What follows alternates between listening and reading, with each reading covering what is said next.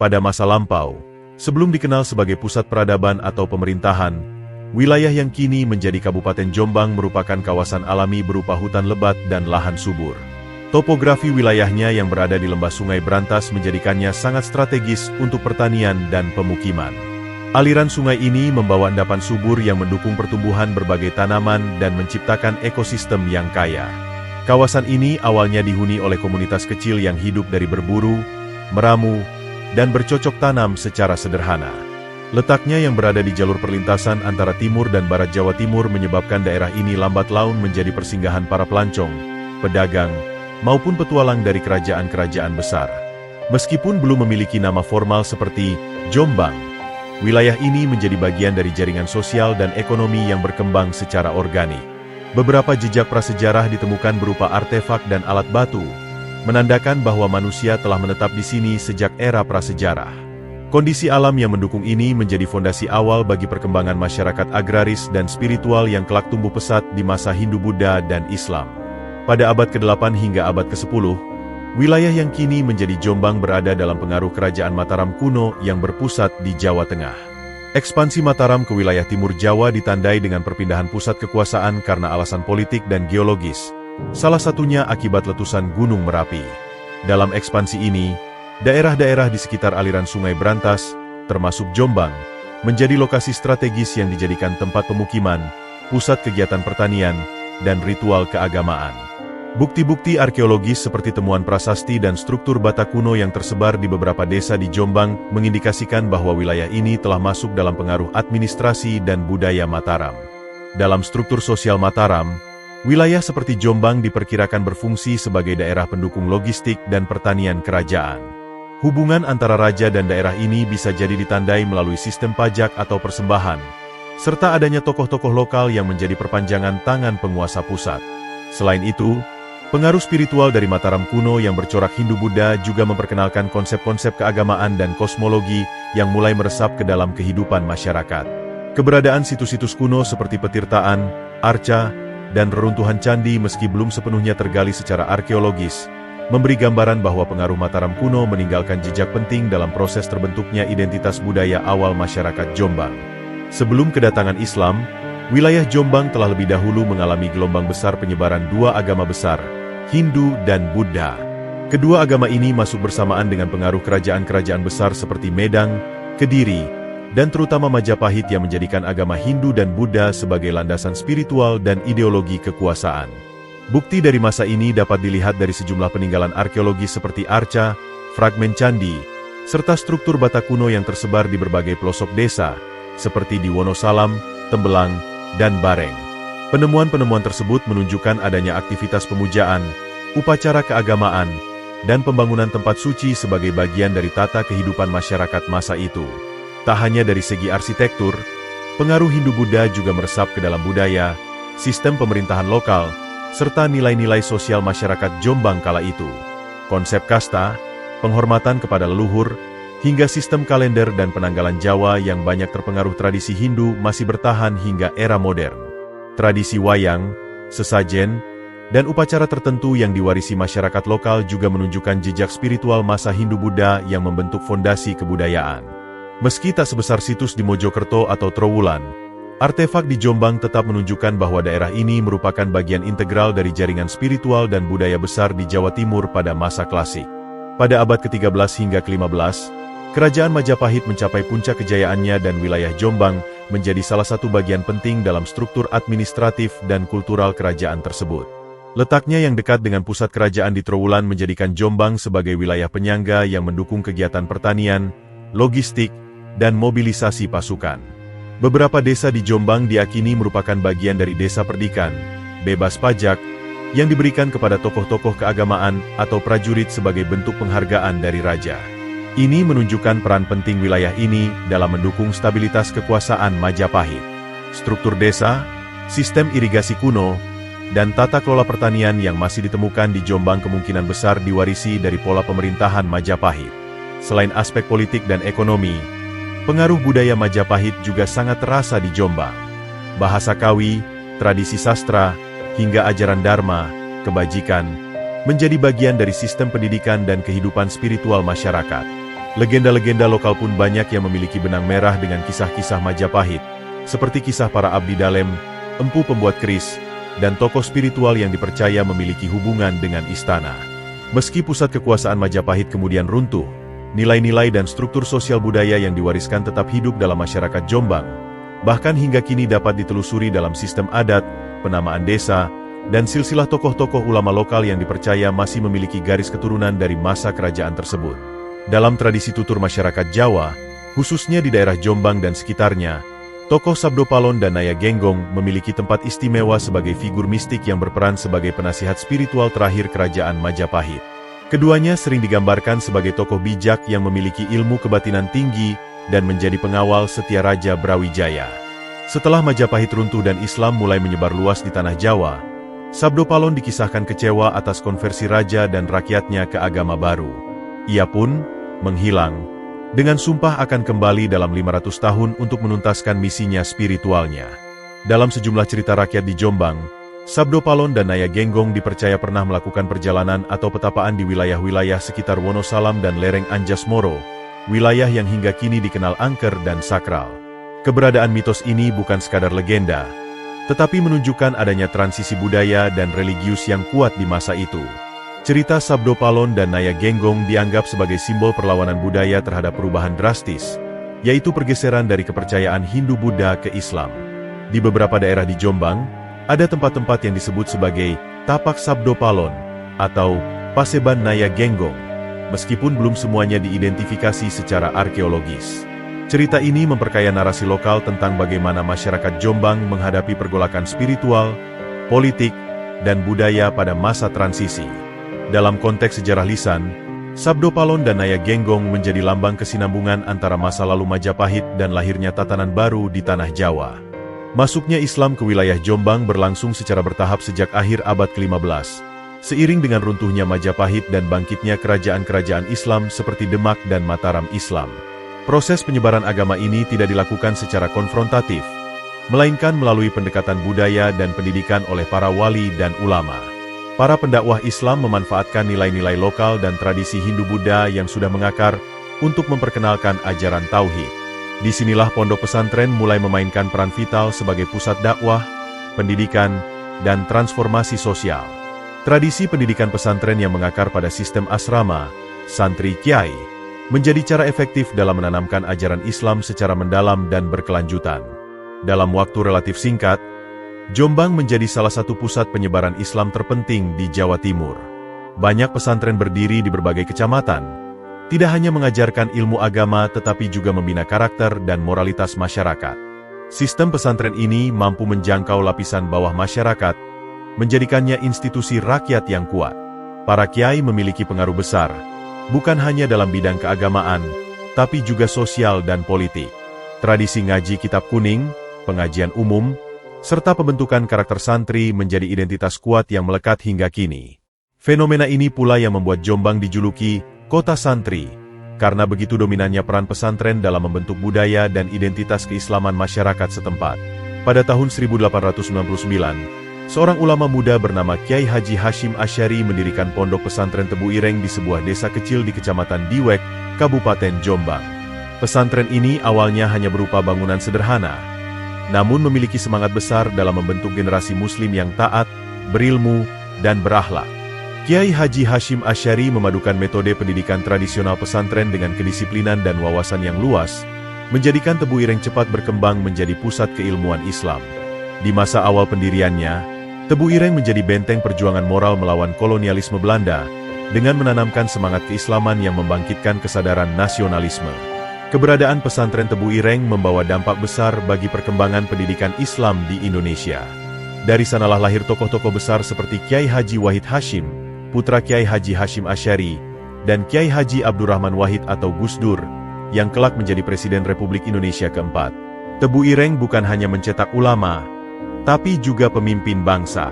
Di pesantren ini, nilai-nilai moderasi, toleransi, dan cinta tanah air diajarkan secara konsisten, menjadikannya role model pesantren modern yang tetap berakar kuat pada tradisi. Hingga kini, Tebu Ireng tetap berdiri kokoh sebagai pusat pendidikan Islam berpengaruh, Dengan ribuan santri dari seluruh Indonesia menimba ilmu di bawah naungan warisan perjuangan Kiai Haji Hashim Asy'ari. Pesantren ini juga menjadi simbol identitas religius dan historis bagi Kabupaten Jombang. Dalam masa penjajahan Belanda, wilayah Jombang tidak pernah sepenuhnya tunduk. Meskipun secara administratif dikuasai oleh pemerintah kolonial, semangat perlawanan rakyat Jombang tetap menyala, baik secara terbuka maupun melalui gerakan kultural dan religius. Perlawanan rakyat Jombang banyak dipengaruhi oleh ajaran para ulama dan kiai pesantren yang menolak dominasi asing atas tanah air dan keyakinan mereka. Para tokoh seperti Kiai Haji Hashim Asy'ari tidak hanya fokus pada pendidikan Islam, tetapi juga aktif menggerakkan semangat nasionalisme di kalangan santri.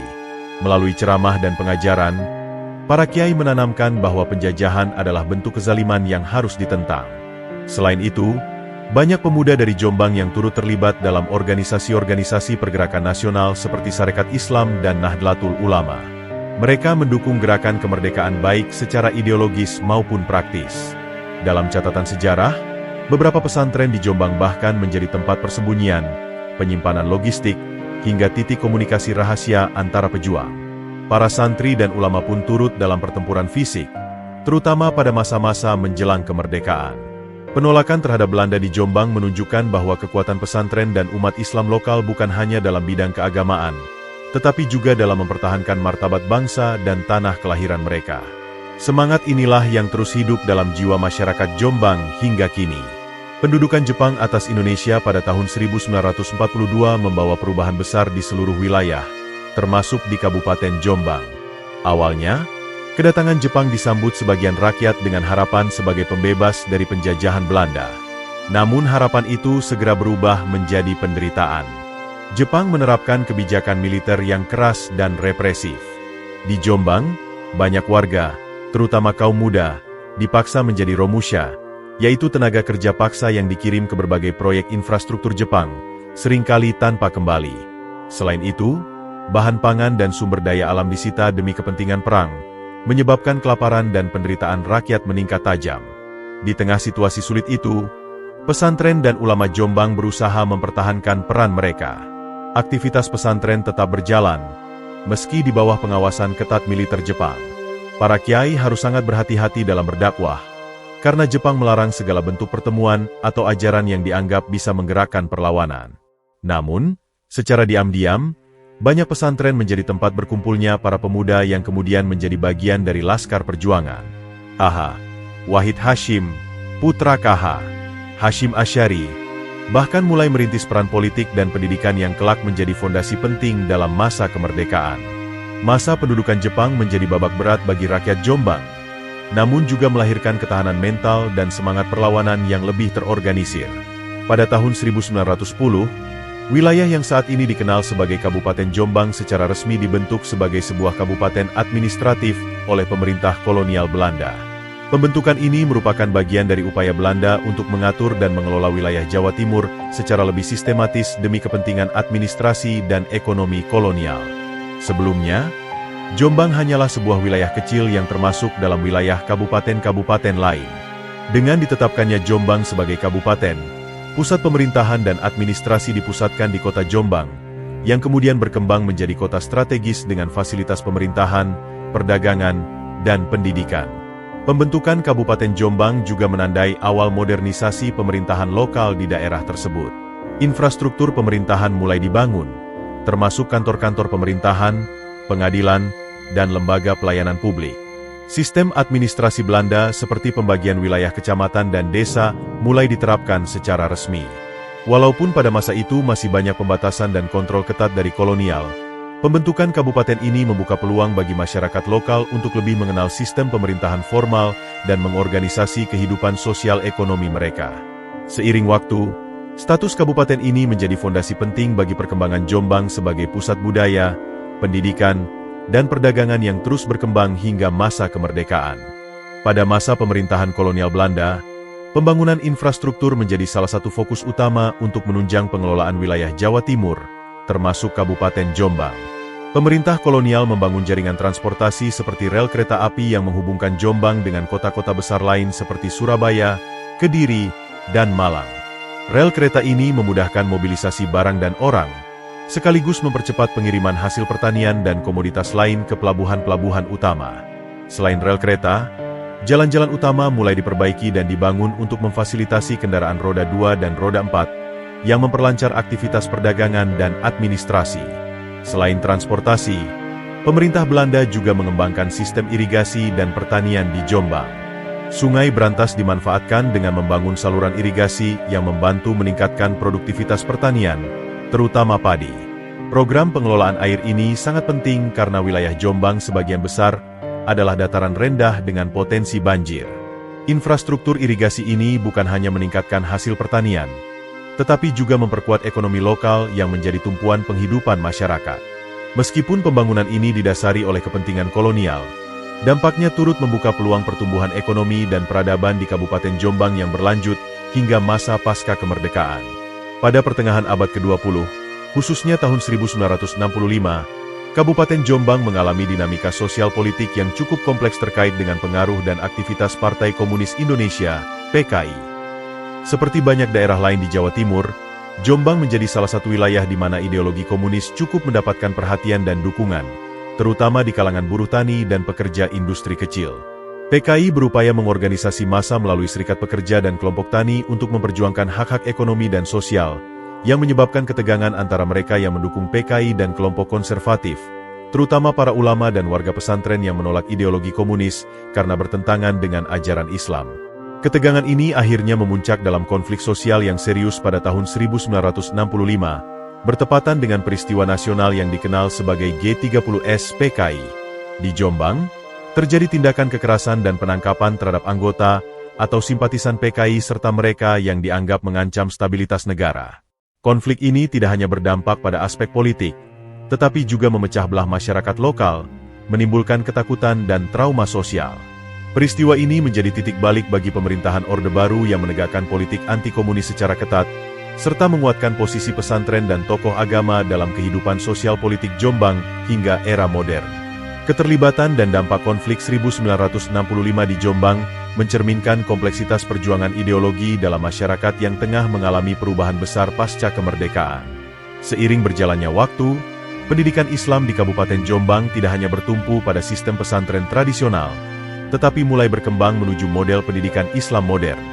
Pada paruh kedua abad ke-20, muncul institusi-institusi pendidikan yang mengintegrasikan kurikulum agama dengan ilmu pengetahuan umum seperti bahasa, matematika, dan ilmu sosial.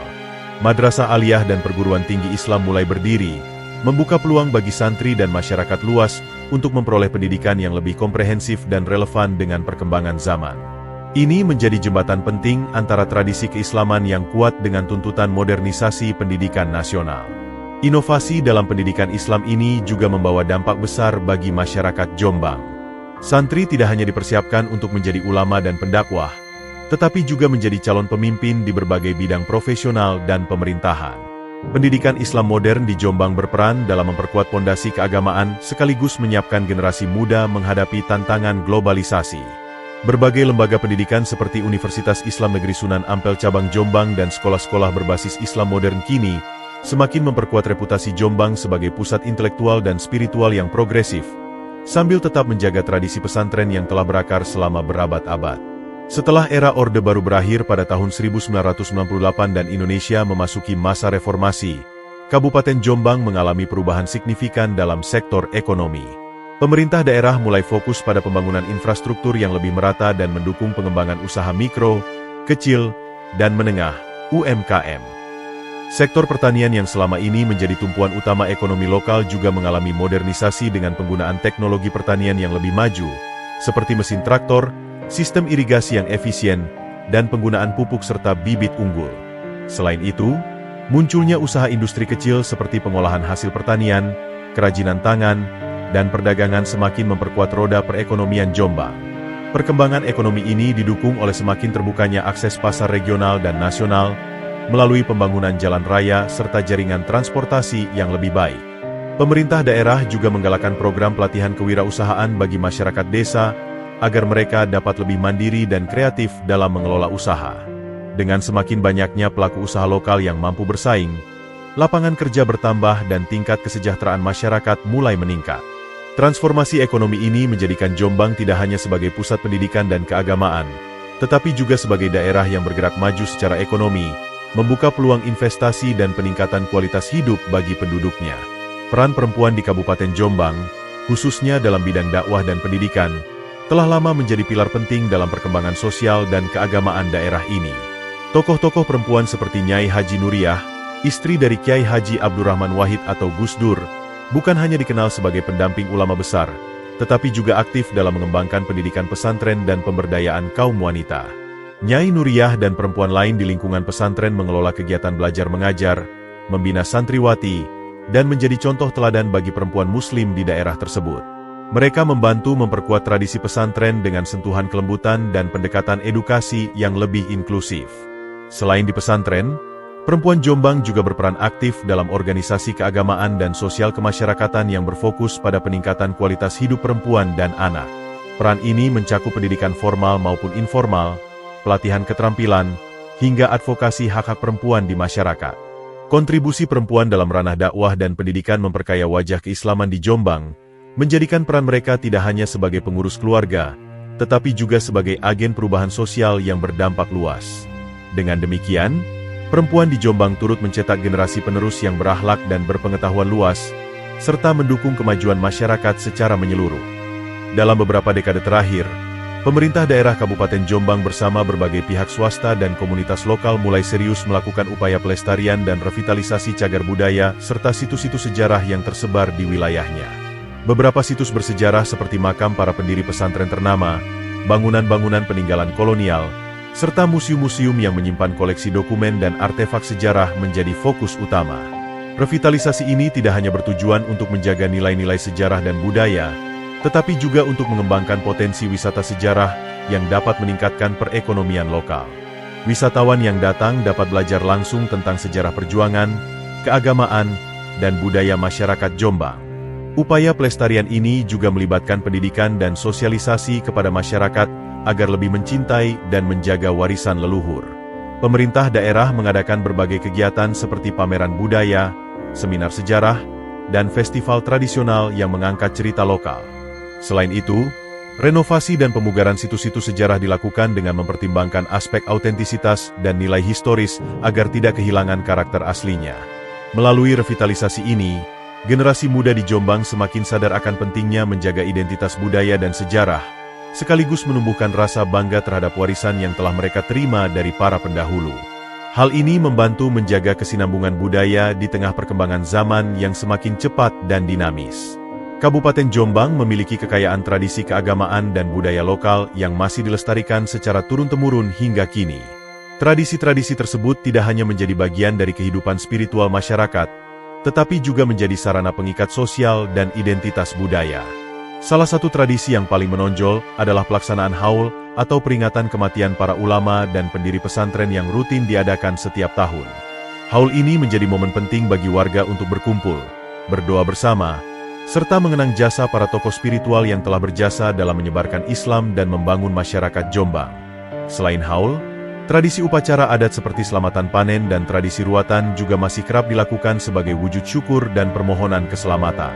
Selain tradisi keagamaan, Jombang juga dikenal dengan budaya lokal yang unik, seperti kesenian rebana, hadrah, dan wayang kulit yang biasanya dikaitkan dengan pesantren dan acara keagamaan.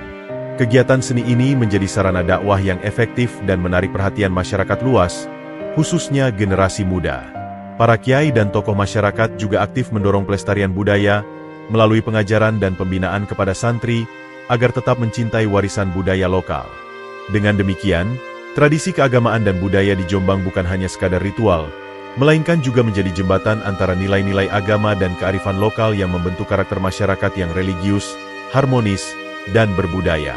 Tradisi ini memperkuat rasa kebersamaan dan menjaga kesinambungan identitas masyarakat Jombang dalam menghadapi modernisasi. Memasuki abad ke-21, Kabupaten Jombang mulai beradaptasi dengan perkembangan teknologi digital dan arus globalisasi yang membawa perubahan besar dalam berbagai aspek kehidupan masyarakatnya. Pemerintah daerah dan berbagai institusi pendidikan di Jombang giat mengembangkan infrastruktur teknologi informasi, seperti akses internet yang semakin luas hingga ke daerah pedesaan. Digitalisasi ini memungkinkan masyarakat, khususnya generasi muda, untuk lebih mudah mendapatkan informasi, mengembangkan potensi diri, dan memperluas jejaring sosial maupun bisnis. Banyak pesantren modern juga mulai mengintegrasikan teknologi dalam proses belajar mengajar, seperti penggunaan perangkat digital untuk mengakses kitab kuning dan materi pembelajaran lainnya. Globalisasi membawa tantangan sekaligus peluang bagi Jombang. Di satu sisi, pengaruh budaya luar dan perkembangan ekonomi global menuntut masyarakat untuk terus berinovasi dan meningkatkan kualitas sumber daya manusia.